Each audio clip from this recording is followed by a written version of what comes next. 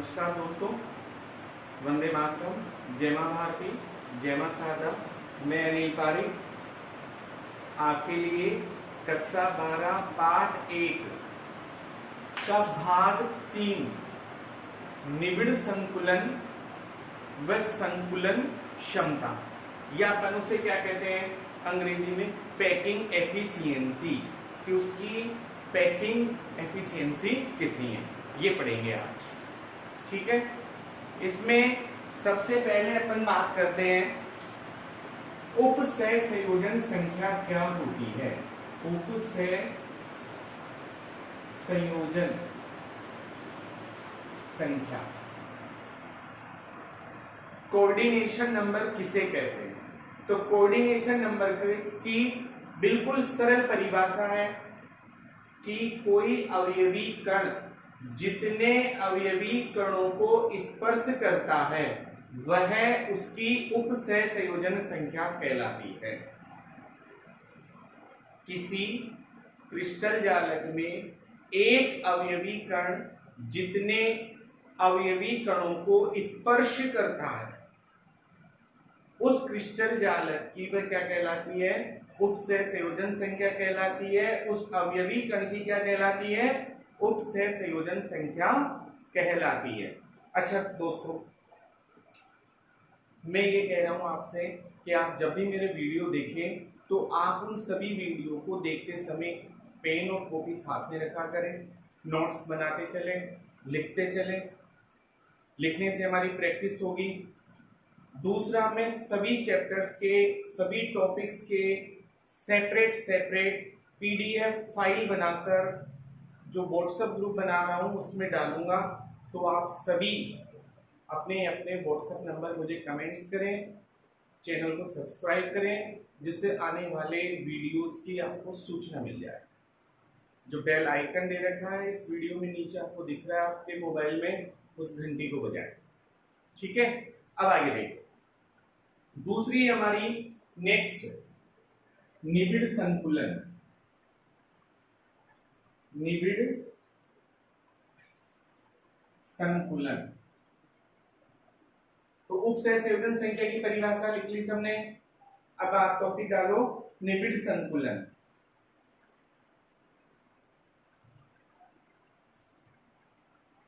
लिखो, ठोसों के क्रिस्टल निर्माण में अवयवी कण परस्पर एक दूसरे के निकटतम दूरी पर पहुंचकर दी गई क्रिस्टलीय व्यवस्था के लिए अधिकतम संकुलन प्राप्त करते हैं। अधिकतम संकुलन प्राप्त करते हैं। ऐसी व्यवस्था को ही निबिड़ संकुलन कहते हैं।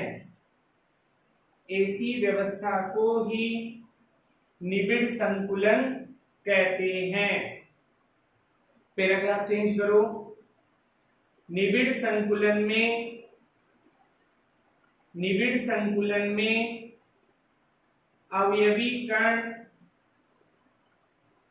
चारों ओर से एक दूसरे को स्पर्श करते हैं,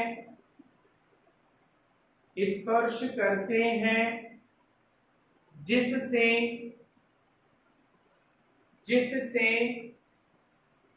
क्रिस्टल का अधिकतम भाग अवयवी कणों से धारित होता है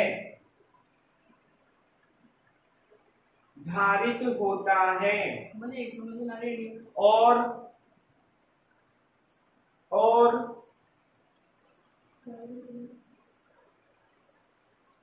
इस प्रकार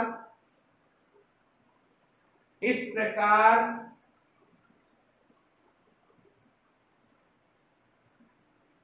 से प्राप्त अवस्था में ही क्रिस्टल अधिकतम स्थायित्व प्राप्त करते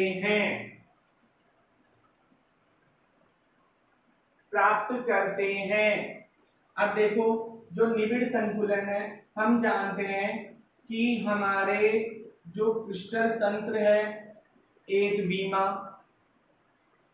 द्विवीमा और त्रिवीमा। एक वीमा का मतलब हो गया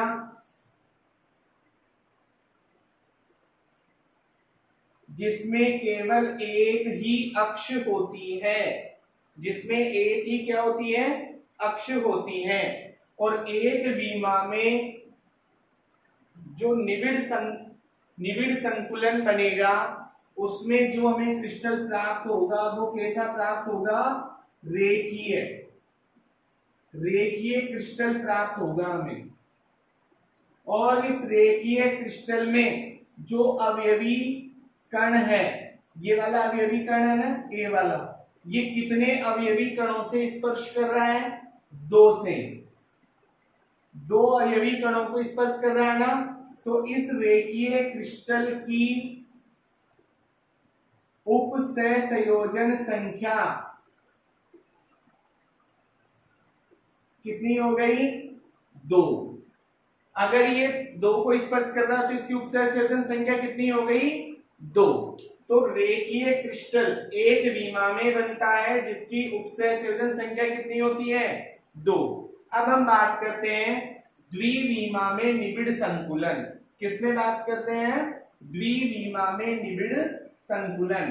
तो देखो बच्चों, द्विवीमा में हमारे पास 2 प्रकार के तंत्र बनते हैं। कितने प्रकार के तंत्र बनते हैं, 2 प्रकार के तंत्र बनते हैं। इस देखो, द्विवीमा में निबिड़ संकुलन है, तो इस प्रकार की जो व्यवस्था हम बनाएंगे,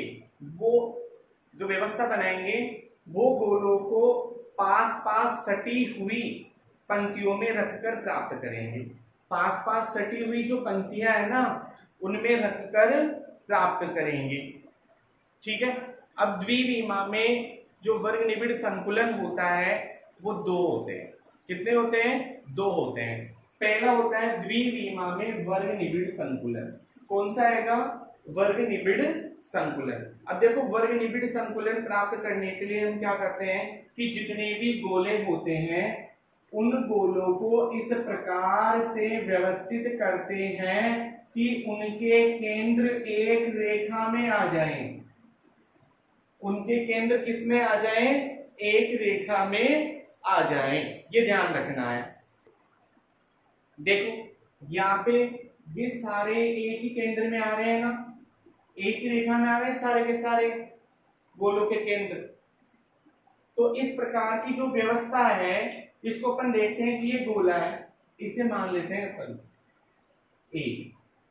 अब ये ए वाला गोला कितने गोलों को स्पर्श कर रहा है, 1 2 3 4। इन चारों केंद्रों को मिलाने पर हमें क्या प्राप्त हो गया, हमें एक वर्ग प्राप्त हो गया। क्या प्राप्त हो गया, एक वर्ग प्राप्त हो गया। तो इसे हम क्या कहते हैं, द्विवीमा में वर्ग निबिड़ संकुलन। अब ये द्विवीमा कैसे हो गई, ये भी देखते हैं। ये हमारी कौन सी x हो गई, x, और ये हमारी कौन सी हो गई, y। तो 2 दिशाओं में हो रहा है ना, 2 एक्सेंस की। तो ये कह रहा था हमारा द्विवीमा में वर्ग निबिड़ संकुलन। ठीक है, लिखो आप, इस प्रकार की व्यवस्था में गोले, इस प्रकार की व्यवस्था में गोले इस प्रकार व्यवस्थित किए जाते हैं, इस प्रकार व्यवस्थित किए जाते हैं कि इन सभी गोलों के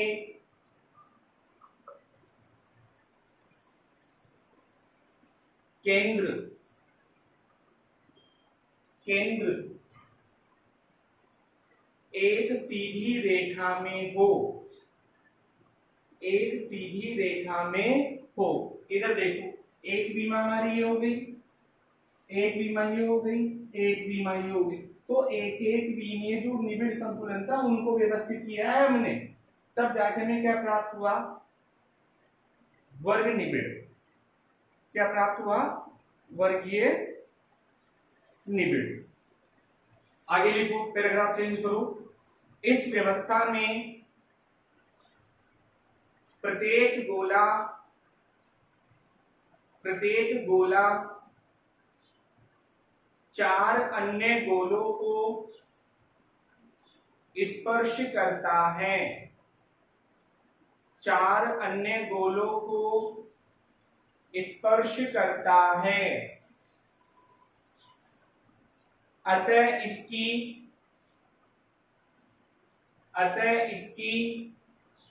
उपसहसंयोजन संख्या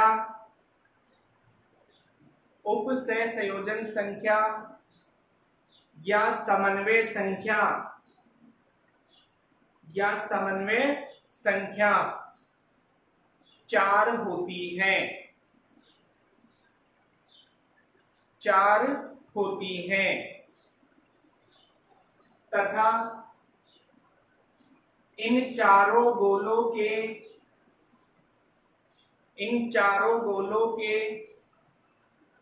केंद्रों को आपस में मिलाने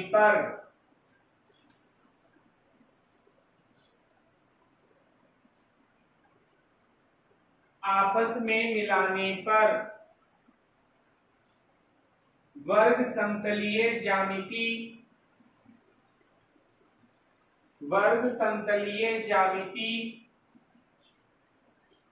प्राप्त होती है। अतः इसे द्विविमा में वर्ग निबिड़ संकुलन कहते हैं। द्विविमा में षटकोणीय निबिड़ संकुलन हमारा, द्विविमा में षटकोणीय निबिड़ संकुलन दूसरा प्रकार है द्विविमा का। अब देखो इसमें क्या होता है, अपन एक परमाणु मान लेते हैं, एक गोला मान लेते हैं ए वाला। कौन सा मान लेते हैं, ए, कि ए वाला गोला कौन सा है, ये वाला। अब ये गोला कितने गोलों को स्पर्श करता है, 1 2 3 4 5 6। तो इसकी समन्वय संख्या कितनी हो गई, 6 हो गई। कितनी हो गई, 6। उपसहसंयोजन संख्या 6। लेकिन ये हमें किस प्रकार से प्राप्त हुआ कि हमने पहले एक विमीय परत का निर्माण किया, फिर इस एक विमीय परत में जो ये खाली स्थान आता है ना, अपन लड्डू जमाते हैं ट्रे में, वैसे ही हमने इन खाली स्थानों में क्या रख दिए, दूसरे गोले रखे। फिर दूसरी परत के जो खाली स्थान आए उसमें तृतीय परत के गोले रख दिए। तो पहली वाली परत और दूसरी वाली परत को अगर अपन देखते हैं तो तीसरी परत कैसी है, पहली वाली परत के समान। चौथी परत कैसी है, दूसरी वाली परत के समान। तो इसका प्रकार कौन सा हो गया, एबी प्रकार हो गया। कैसा प्रकार हो गया, एबी प्रकार हो गया। आगे देखो लिखो आप, इस स्थिति में द्वितीय परत के गोले चित्रानुसार प्रथम परत के गोलों के बीच में रहते हैं। वह तृतीय परत के गोले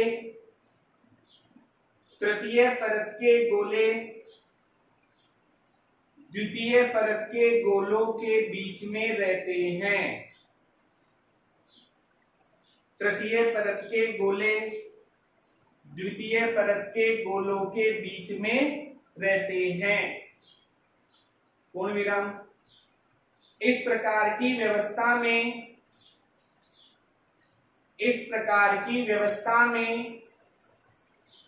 प्रत्येक गोला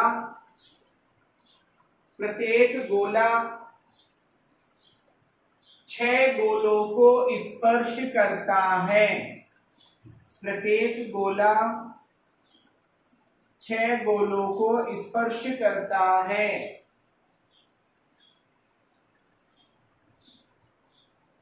अतः इसकी समन्वय संख्या या उपसहसंयोजन संख्या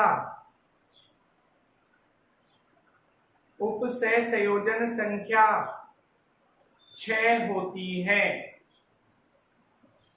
तथा इन सभी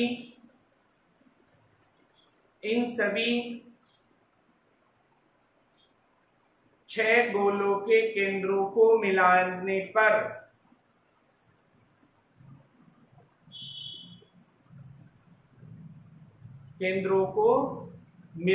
पर हमें एक षटकोणीय संरचना प्राप्त होती है। अतः इसे षटकोणीय निबिड़ संकुलन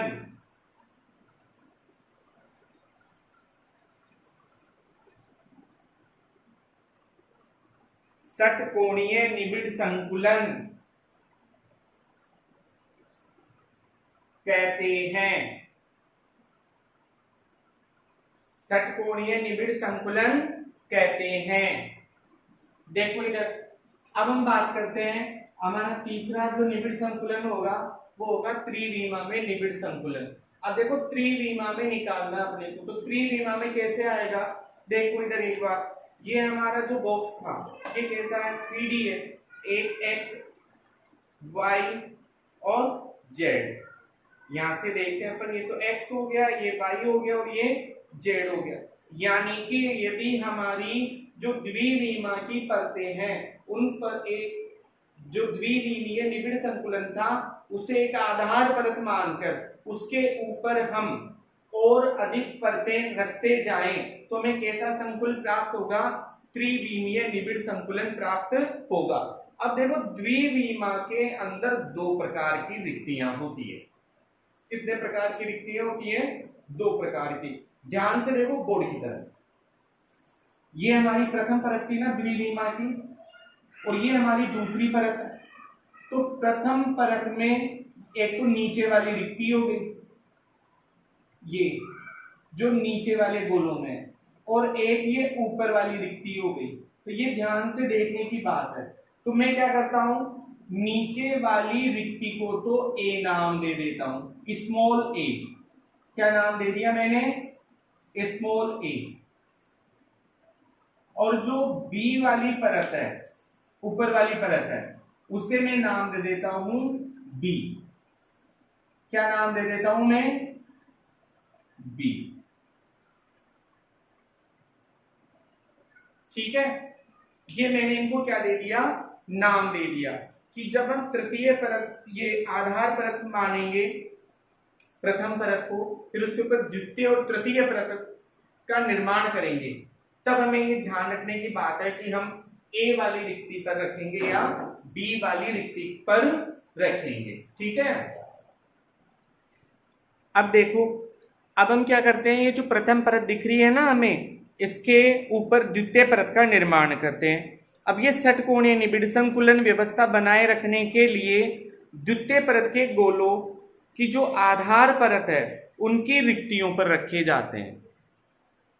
द्वितीय परत के गोले आधार परत की रिक्तियों पर रखे जाते हैं। अब मैंने भी आपको बताया था ना, एक रिक्तिका हमारी ए थी और दूसरी रिक्तिका हमारी बी थी। तो अब मैं क्या करूंगा, दूसरी परत के गोले ए रिक्तियों पर रखूंगा। ए पर रखने पर बी रिक्तियां खाली रह जाएगी। कौन सी रिक्तियां खाली रह जाएगी? बी वाली रिक्तियां रह जाएगी। और यदि मैं बी परत पर गोलों को रखूंगा तो ए वाली रिक्तियां खाली रह जाएगी। ध्यान देने वाली बात यह है कि यहां पर दोनों रिक्तियों पर एक साथ गोले नहीं रखे जा सकते। देखो चित्र में, देखो इधर, अब क्या है कि ये हमारी कौन सी परत थी, जो काले पेन से बता रखी है ना मैंने ब्लैक मार्कर से, वो तो हमारी आधार परत है। आधार परत की ये वाली रिक्तियां जो मैंने ए लिखी है, ये तो ए है, और जो डॉटेड दिखाई है ना, ये बी वाली रिक्तियां थे। अब मैंने ये रेड मार्कर से जो गोले बनाए वो कौन सी रिक्तियों पर रखे हैं, मैंने ए वाली पर। फिर ऊपर वाली जो ए वाली रिक्तियां हैं उनके ऊपर मैंने दूसरे गोले रख दिए, तो वो इनके ऊपर आए ना। अब इस प्रकार से जब मैंने दूसरी परत का निर्माण कर दिया तो हम देखते हैं कि बी वाली रिक्तियां क्या रह गई, रिक्त रह गई, खाली रह गई। क्या रह गई, खाली रह गई। तो हमने कौन सी परत का निर्माण कर लिया, द्वितीय परत का निर्माण कर लिया। अब देखो द्वितीय परत का निर्माण तो हमने कर लिया, ए वाली रिक्तियों के ऊपर दूसरी परत को जमा दिया, तो दूसरी परत का निर्माण हो गया। अब हम यह ध्यान से देखते हैं कि जब हमने दूसरी परत का निर्माण कर लिया तो दूसरी परत के निर्माण के समय रिक्तियां, एक रिक्ति तो वह थी जो प्रथम परत में थी और दूसरी रिक्ति ये आ गई जिसे मैं नाम दे देता हूं सी। जिसे क्या नाम दे देता हूं, सी, स्मॉल सी। अब यहां पे हम तृतीय परत का निर्माण दो प्रकार से कर सकते हैं। कितने प्रकार से कर सकते हैं, दो प्रकार से कर सकते हैं। कैसे करते हैं कि तृतीय परत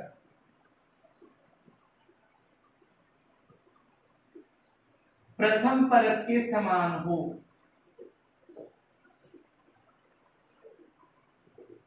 समान हो, अर्थात तृतीय परत और प्रथम परत के गोलों के केंद्र एक सीधी रेखा में हो।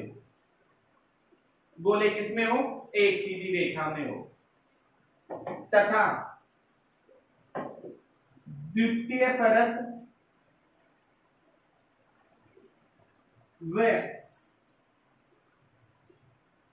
चतुर्थ परत, द्वितीय परत व चतुर्थ परत के गोले एक रेखा में हो या उनके गोलों के केंद्र एक सीधी रेखा में हो। उस प्रकार से यदि हम तृतीय परत का निर्माण करते हैं या आगे की परतों का निर्माण करते हैं। अब मैं यहां पे प्रथम परत को तो नाम दे देता हूं ए और द्वितीय परत को नाम दे देता हूं बी। तो प्रथम परत तृतीय परत के समान है और द्वितीय परत चतुर्थ परत के समान है।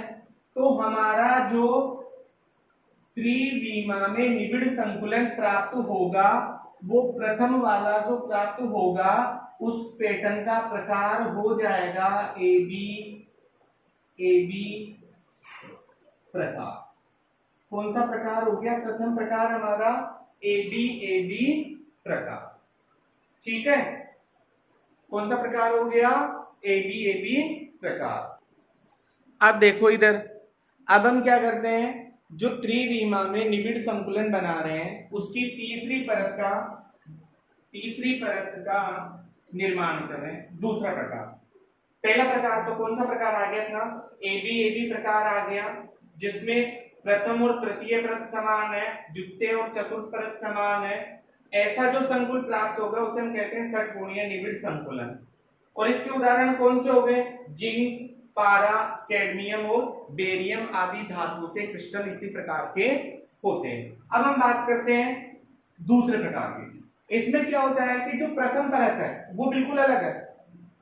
दूसरी परत इसकी रिक्तियों पर कौन सी पर आई, ए वाली रिक्तियों पर। आधार परत की ए रिक्तियों पर दूसरी परत आ गई और आधार परत की बी रिक्तियों पर ये जो डॉटेड दिखा रखा है मैंने, इनके ऊपर यदि तीसरी परत आ जाए तो उसे हम कौन सा नाम देते हैं, सी नाम दे देते हैं। यानी कि प्रथम परत कौन सी हो गई, ए, और द्वितीय परत कौन सी हो गई? बी। और तृतीय परत कौन सी हो गई? सी। तो हमारा पैटर्न कौन सा आ गया? ए बी सी, ए बी सी, यानी कि चौथी परत ए के समान होगी, प्रथम परत के समान होगी, पांचवी परत द्वितीय परत के समान होगी और छठी परत तृतीय परत के समान होगी। इस प्रकार का जो संकुलन प्राप्त होगा वो होगा आपका घनीय निबिड़ संकुलन। कौन सा प्राप्त होगा आपको? घनीय निबिड़ संकुलन। देखो इधर, घनीय निबिड़ संकुलन किसके ऊपर आ रहा है? ये जो डॉटेड डॉटेड लाइन रह गई किसके ऊपर आ रहा है? और इस प्रकार से हम इसे बना देते हैं तो हमें क्या प्राप्त हो जाता है?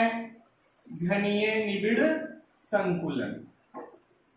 आप कॉपी में आसानी से बना सकते हो, ग्लास ले सकते हो, प्रकार ले सकते हो, कोई चूड़ी ले सकते हो और इस प्रकार से आप डायग्राम में बनाओगे। ध्यान रहे, अलग अलग स्याही के पेन लेकर चित्र बनाओगे। ब्लैक, रेड पेंसिल ले लो, ग्रीन पेन ले लो, ब्लू पेन ले लो, उससे तुम्हारे चित्र बहुत अच्छे बनेंगे। ठीक है। अब देखो, घनीय निबिड़ संकुलन का दूसरा नाम क्या है? सीसीपी। क्या नाम है? सीसीपी। देखो बच्चों, अब अपना नेक्स्ट टॉपिक क्या है? रिक्तियां। अब रिक्तियां क्या है? लड्डू की ट्रे होती है ना, जब जमाए जाते हैं तो उनके बीच में भी जो खाली जगह रह जाती है, या कंचे खेलते हैं तो कंचों को एक डिब्बे में भर लें अपन, तो उनके बीच में भी रिक्त स्थान रह जाता है ना, तो वो जो रिक्त स्थान रह गया वही क्या है? रिक्तियां है। अब रिक्तियां हमारे यहाँ पे तीन प्रकार की होती है। पहली रिक्ति कौन सी है? त्रिकोणीय रिक्ति। कौन सी रिक्ति है? त्रिकोणीय रिक्ति। त्रिकोणीय रिक्ति का मतलब होता है पास पास स्थित तीन गोलों के मध्य में पाई गई रिक्ति क्या कहलाती है? त्रिकोणीय रिक्ति। पास पास स्थित तीन गोलों के मध्य बनी रिक्तिका को त्रिकोणीय रिक्ति कहते हैं। त्रिकोणीय क्यों कहते हैं? यदि हम इन तीनों गोलों के केंद्रों को मिला दें तो क्या प्राप्त होता है? एक त्रिकोण, त्रिभुज प्राप्त होता है। इसलिए हम इसे क्या कहते हैं? त्रिकोणीय रिक्ति कहते हैं। क्या कहते हैं? त्रिकोणीय रिक्ति कहते हैं। देखो, अगली अपनी कौन सी है? चतुष्फलकीय रिक्ति। चतुष्फलकीय रिक्ति का मतलब होता है कि पास पास स्थित जो चार गोले होते हैं, उन चारों गोलों के बीच में जो जगह पाई जाती है उसे हम कहते हैं चतुष्फलकीय रिक्ति का। ये साधारण भाषा में बताई गई एक परिभाषा है। अब हम बात करते हैं हमारी एक प्रथम परत। इस परत के ये तीन गोले बिल्कुल पास पास है, हमें रिक्तिका नजर आ रही है, और यदि मैं इस रिक्तिका को एक चौथे गोले से ढक दूं तो उन चारों गोलों के बीच में जो स्थान पाया जाएगा या जो रिक्त स्थान है वही क्या कहलाएगी? चतुष्फलकीय रिक्ति कहलाएगी। क्या कहलाएगी? चतुष्फलकीय रिक्ति कहलाएगी। देखो, चतुष्फलकीय रिक्ति, इसका केंद्र यहाँ पे है, इसका ये रहा, इसका ये रहा और इसका यहाँ पे आ रहा है। यदि मैं इन सभी केंद्रों को बना दूं, एक फलक नजर आ गया ना आपको, और चौथा फलक ये रहा। अब देखो इधर, ये वाला गोला थोड़ा ऊपर उठा हुआ है, तो एक फलक, दो फलक, तीन फलक और एक नीचे वाला, तो कितने फलक बन गए? चार फलक बन गए। इसलिए हम ऐसी रिक्तिका को क्या कहते हैं? चतुष्फलकीय रिक्तिका कहते हैं। परिभाषा लिखो आप सभी। जब किसी विशेष परत के विशेष परत के 3 परस्पर स्पर्श करने वाले गोलों के द्वारा त्रिभुजाकार रिक्ति बनाई जाती है।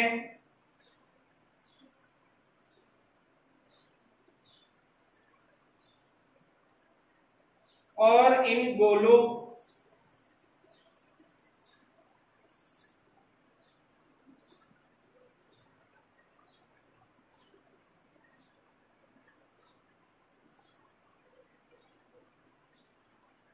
का इस परत के ऊपर या नीचे,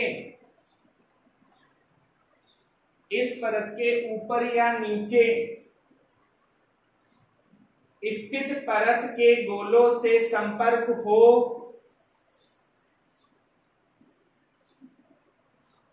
गोलों से संपर्क होता है तो 4 गोलों के मध्य, 4 गोलों के मध्य बनने वाली रिक्तिका चतुष्फलकीय रिक्तिका कहलाती है। चतुष्फलकीय रिक्तिका कहलाती है। अब अपना नेक्स्ट टॉपिक है चतुष्फलकीय रिक्तियों के त्रिज्या अनुपात की गणना करना। चतुष्फलकीय रिक्तियों के त्रिज्या अनुपात की गणना करना। देखो बच्चों, यहाँ पे हम चित्र में एक चतुष्फलकीय रिक्तिका को देखते हैं। इसमें 3 गोले ए बी सी परस्पर स्पर्श करते हैं और चतुष्फलकीय रिक्तिका का आधार बनाते हैं। और जो चौथा गोला होता है डी, वो इसका क्या बना रहा है? शीर्ष बना रहा है। और जो छायांकित गोला है जो दिख रहा है वो चतुष्फलकीय रिक्तिका का वाला गोला है, हिस्सा है उसका। अब यहाँ पे अपन इसकी त्रिज्या कैपिटल आर है और इसकी त्रिज्या स्मॉल आर है। इन दोनों के मध्य क्या निकाल रहे हैं? एक सहसंबंध निकालेंगे। क्या निकाल रहे हैं? एक सहसंबंध निकाल रहे हैं। देखो यहाँ पे, देखो बच्चों, लिखो पहले चित्रानुसार एक चतुष्फलकीय रिक्तिका को दर्शाया गया है। चित्रानुसार एक चतुष्फलकीय रिक्तिका को दर्शाया गया है। यहां 3 गोले, यहां 3 गोले त्रिभुज का आधार बनाते हैं तथा चौथा गोला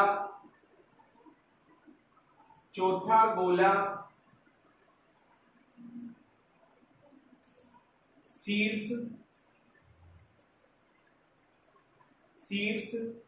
बनाता है। छायांकित गोला चतुष्फलकीय रिक्ति से प्राप्त होता है। देखो अब यहाँ पे अपन बात करते हैं, ए बी डी तो आधार बना रहे हैं, चौथा गोला सी है। ये ए और सी स्पर्श करते हैं, सी और बी स्पर्श करता है, बी और डी स्पर्श करते हैं। हम जानते हैं एक कोष्ठिका के किनारे की लंबाई कितनी है? ए। कितनी है? ए। अब देखो रिक्ति व गोले की त्रिज्याएं। रिक्ति की त्रिज्या कितनी है? इस बिंदु से यहां तक की दूरी स्मॉल आर, और जो एक गोला है उसकी दूरी कितनी है? Capital R. घन के कोर की लंबाई कितनी है? स्मॉल ए। अब यहाँ पे अपन त्रिभुज ए बी सी को देखते हैं। तो AB स्क्वायर बराबर क्या हो गया, AC square plus BC square. अपन सब जानते हैं पाइथागोरस प्रमेय, AC square plus BC square. इस प्रकार से हमने AB बराबर क्या निकाल दिया, 2A स्क्वायर, या AB बराबर क्या आ गया, अंडर रूट 2A। चूंकि AB बराबर क्या है, 2R। AB बराबर कितना है, 2R। क्यों, क्योंकि दोनों गोले एक दूसरे को स्पर्श करते हैं। AB का मान 2R आ गया, और हमने पाइथागोरस प्रमेय से कितना निकाला, अंडर रूट 2A। तो R बराबर कितना आ जाएगा, 1 बटा अंडर रूट 2 गुणा A। समीकरण नंबर 1। अब हम बात करते हैं त्रिभुज ABD में। किसकी बात कर रहे हैं अब हम, त्रिभुज ABD में। AD इसका विकर्ण है, AD स्क्वायर बराबर क्या हो गया, AD स्क्वायर बराबर BD स्क्वायर। AD स्क्वायर बराबर AB का मान 2A स्क्वायर हमने फाइंड आउट किया था ऊपर, और BD का मान कितना है, A स्क्वायर। 2A स्क्वायर और A स्क्वायर मिलके 3A स्क्वायर, या AD बराबर क्या आ गया, अंडर रूट 3A। AD का मान कितना है, यहां से लेकर यहां तक कैपिटल R गोले की त्रिज्या, और ये हो गई छायांकित यानी चतुष्फल के रिक्तिका की त्रिज्या। फिर पूरा गोला ही आ रहा है, किसका व्यास कितना हो जाएगा, स्मॉल r और प्लस स्मॉल r, और इधर इसकी फिर त्रिज्या आ गई कैपिटल R। तो हम यहाँ पे लिख सकते हैं 2R plus 2R, capital R और capital R 2R, small r और स्मॉल r स्मॉल 2R। क्यों, क्योंकि सहभाजित गोले एक दूसरे को क्या करते हैं, स्पर्श करते हैं। अब देखो यहाँ पे AD बराबर अंडर रूट 3A बराबर 2R प्लस R। तो R प्लस R का मान कितना आ गया, अंडर रूट 3 बटा 2 A। समीकरण नंबर 2। समीकरण नंबर 2 में समीकरण नंबर 1 का भाग देंगे। ये हमने भाग दिया, तो समीकरण नंबर 2 R प्लस R बटा R, और इसकी जो राइट हैंड साइड थी अंडर रूट 3 बटा 2A बटा 1 बटा अंडर रूट 2A। भाग देने पर अंडर रूट 3 बटा अंडर रूट 2 आ गया। इनकी वैल्यू रख दी, अंडर रूट 3 की वैल्यू 1.732 होती है, अंडर रूट 2 की वैल्यू कितनी होती है, 1.414। इस वैल्यू को रख के हमने कैलकुलेशन की, तो हमारे पास R बटा R का मान कितना आ गया, 0.225 आ गया। पक्षांतरण किया तो R बराबर किसके आ गया, 0.225 गुणा R के।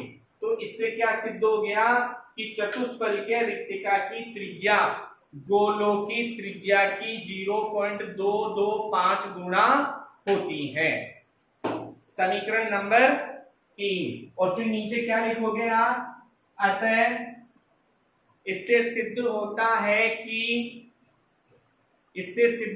है कि चतुष्फल के रिक्तिका की त्रिज्या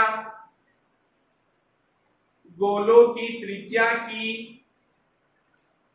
0.225 गुना होती है, 0.225 गुना होती है। देखो अब अपना जो तीसरी त्रिज्या कौन सी थी, अष्टफलकीय त्रिज्या।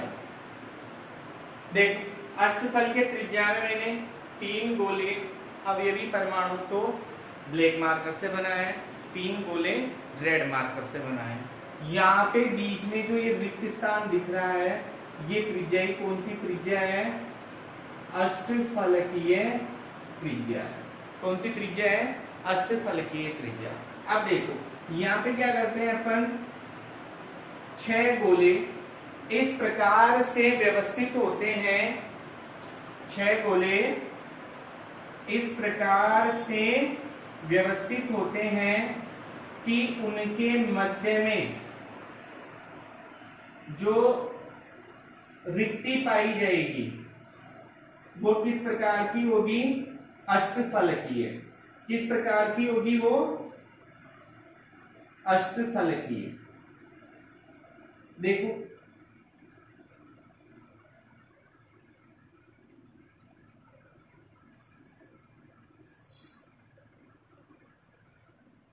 इसमें 8 फलक है। तो ये कौन सी रिक्ति हो गई हमारी? अष्टफलकीय रिक्तिका हो गई। अब आगे देखो, अपना नेक्स्ट टॉपिक आता है अष्टफलकीय जो त्रिज्या थी, त्रिज्या के अनुपात की गणना करना। अपना नेक्स्ट टॉपिक कौन सा है? अष्टफलकीय त्रिज्या के अनुपात की गणना करना। अब देखो इधर, अष्टफल के त्रिज्या के अनुपात की गणना में मैंने 4 गोलों ए बी सी डी बनाए और इन गोलों के मध्य में एक रेड मार्कर से जो छोटा गोला बनाया है, ये अष्टफलकीय त्रिज्या है। अष्टफलकीय जो रिक्ति है उसका गोला है, इसकी त्रिज्या स्मॉल आर है और जो ए बी सी डी 4 कोनों पर 4 गोले हैं, इनकी त्रिज्या क्या है? कैपिटल आर है। हमारे जो किनारे की लंबाई है वो स्मॉल ए है, ए बी की लंबाई भी ए है, बी सी भी ए है। अब यहाँ पे हम अष्टफलकीय त्रिज्या के अनुपात की गणना करते हैं। तो त्रिज्या के अनुपात की गणना करने के लिए हमारे पास ये एक समकोण त्रिभुज है ए बी सी। तो देखो आप, समकोण त्रिभुज ए बी सी में देखो बच्चों, अष्टफलकीय त्रिज्या के अनुपात की गणना अपन पढ़ रहे हैं। अब इसमें देखो, मैंने आपको बताया था कि 4 गोले हैं। अब यहाँ पे समकोण त्रिभुज कौन सा है हमारा? A B C. समकोण त्रिभुज कौन सा है? ए बी सी में। तो A C square B C square plus A B square के बराबर हो जाएगा। बी सी का मान ए और ए बी का मान ए, स्क्वायर लगाकर अगर अपन देखेंगे तो ए सी स्क्वायर बराबर क्या आ गया? 2a square. और ए सी बराबर क्या हो गया? Under root 2a। ए सी का मान क्या होता है? देखो, यहां से लेकर यहां तक कैपिटल आर, फिर स्मॉल आर, फिर स्मॉल आर और फिर कैपिटल आर, यानी 2 तो हो गई कैपिटल आर और 2 हो गई स्मॉल आर। अतः ए सी बराबर क्या आ गया? 2r plus are. यहाँ पे अपने को लिखा, क्या मान आ रखा है? Under root 2a। समीकरण नंबर 1 बन गया अपना। तथा हम जानते हैं ए बी बराबर कितना होता है? ए। लेकिन ये गोला आपस में स्पर्श कर रहे हैं, तो इसकी त्रिज्या यहाँ तक है, इसकी त्रिज्या यहाँ तक है, तो किसके बराबर हो गया? ये ए किसके बराबर हो गया? 2r के। तो समीकरण 2 का भाग 1 में देने पर, या समीकरण 1 में 2 का भाग देंगे अब अपन, तो देखो 2r प्लस आर भाग 2r और अंडर रूट 2a भाग a। a से a कट गया, 2 से 2 कट गया, r प्लस आर बटा r बराबर अंडर रूट 2। अंडर रूट 2 की वैल्यू होती है 1.414। r से इसमें सोल्व करेंगे अपन, तो 1 प्लस आर अपॉन आर बराबर 1.414 आ जाएगा। आगे सोल्व करने पर r बटा r का मान 0.414 आएगा। पक्षांतरण करने पर समीकरण 3 आएगा। तो समीकरण 3 से स्पष्ट है कि अष्टफलकीय रिक्तिका की त्रिज्या गोले की त्रिज्या की 0.414 गुना होती है। लिखेंगे हम लास्ट में, समीकरण 3 से स्पष्ट है कि अष्टफलकीय रिक्तिका की त्रिज्या गोलों की त्रिज्या की 0.414 गुना होती है। नोट लगाओ, लिखो, किसी भी क्रिस्टल में रिक्तियों की संख्या का निर्धारण किस प्रकार किया जाता है? तो देखो इधर बोर्ड की तरफ, किसी भी क्रिस्टल में रिक्तियों की संख्या का निर्धारण करते हैं। यदि क्रिस्टल में अवयवी परमाणुओं, कणों या आयनों की संख्या n है, कितने परमाणु उपस्थित, तो उसमें n परमाणु उपस्थित है, तो उसमें अष्टफलकीय रिक्तियों की संख्या भी कितनी होगी? n। जितने परमाणु है उतनी ही अष्टफलकीय रिक्तियां होगी। तथा चतुष्फलकीय रिक्तियों की संख्या कितनी हो जाएगी? उसमें 2n हो जाएगी। कितनी हो जाएगी उसमें? 2n हो जाएगी। अब एक क्वेश्चन करो, आप क्वेश्चन लिखो, किसी क्रिस्टल में तत्व A के परमाणु, किसी क्रिस्टल में तत्व A के परमाणु HCP जालक बनाते हैं। क्या बनाते हैं? HCP जालक बनाते हैं। और तत्व A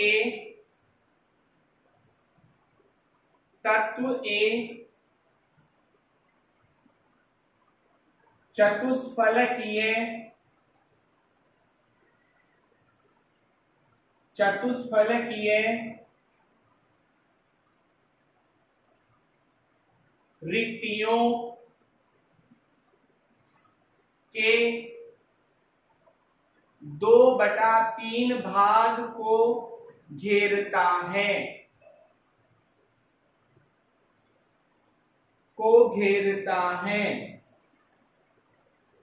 तो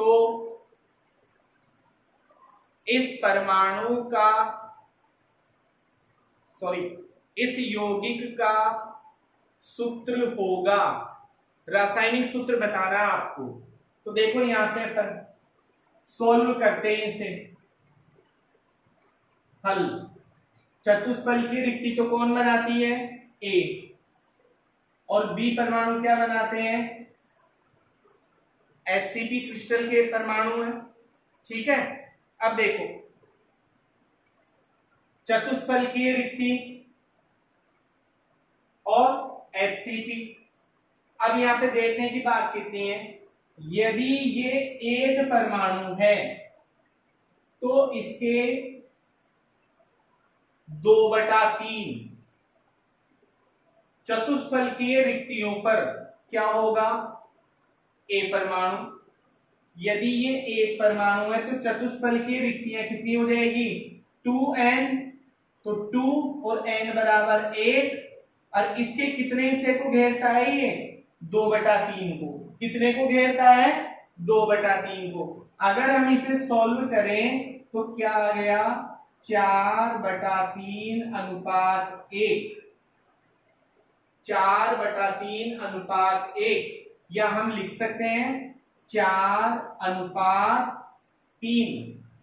तो हमारा फॉर्मूला क्या आ जाएगा? A4B3 answer. इतने सरल सवाल आते हैं जो आप जल्दी से सीख जाओगे। पूरा वीडियो देखोगे, सब्सक्राइब करोगे, लाइक करोगे, कमेंट्स करोगे। जो भी प्रॉब्लम है उसका क्या करोगे? कमेंट्स करोगे। अब अपना जो नेक्स्ट टॉपिक है वो है संकुलन समता। नेक्स्ट टॉपिक कौन सा है? संकुलन क्षमता। देखो, लिखो, किसी जालक में कणों द्वारा अध्यारोपित संपूर्ण दिक् स्थान, ब्रैकेट में लिखो त्रिविम, संपूर्ण दिक् स्थान, ब्रैकेट में लिखो त्रिविम,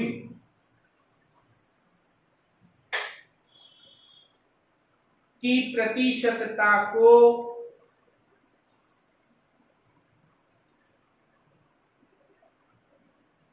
संकुलन क्षमता कहते हैं। संकुलन क्षमता कहते हैं। बाकी नेक्स्ट क्लास में पढ़ेंगे अपन। पूरे वीडियोस को आप लाइक करोगे, कमेंट्स करोगे, शेयर करोगे। जय हिंद, जय भारत।